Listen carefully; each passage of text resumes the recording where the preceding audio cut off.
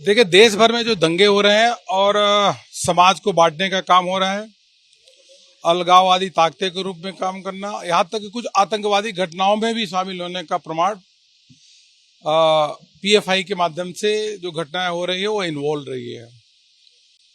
इसलिए यह संस्था जो है जिसमें विदेशों से पैसा आता है और समाज को, देश को अस्थिर करने का काम करती है, इस पे बैन तो होना ही चाहिए। बहुत अच्छा निर्णय है।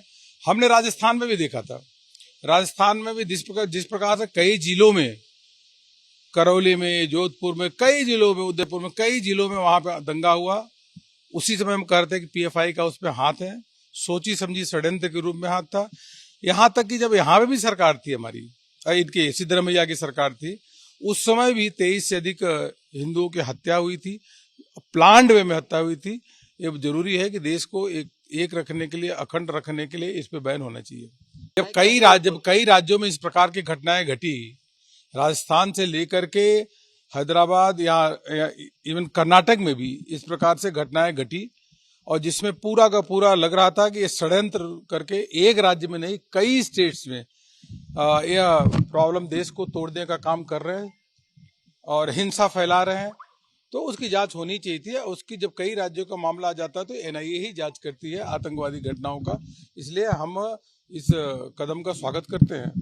और सर, आपको पता है 40% का आरोप करे सरकार के ऊपर और पे सीएम बोलकर पोस्टर्स को लगा रहे हैं कांग्रेस। देखिए, कांग्रेस की छोटी बुद्धि है। हमारे बोमई जी जिस प्रकार से किसानों के लिए काम कर रहे हैं, उनके अकाउंट में सीधे पैसा भेजना, उनके बच्चों को स्कॉलरशिप देना, SC ST वर्ग को विशेष रूप से पैकेज देना, जिस प्रकार से आम व्यक्ति के काम कर रहे हैं, he is common man.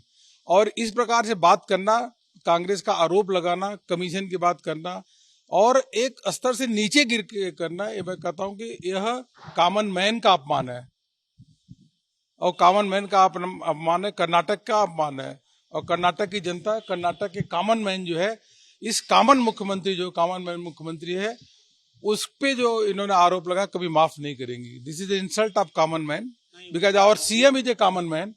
He is working for the agriculture, arm, poor, agriculture, he is working for them. So this is insult for the common man. This is insult for the Karnataka.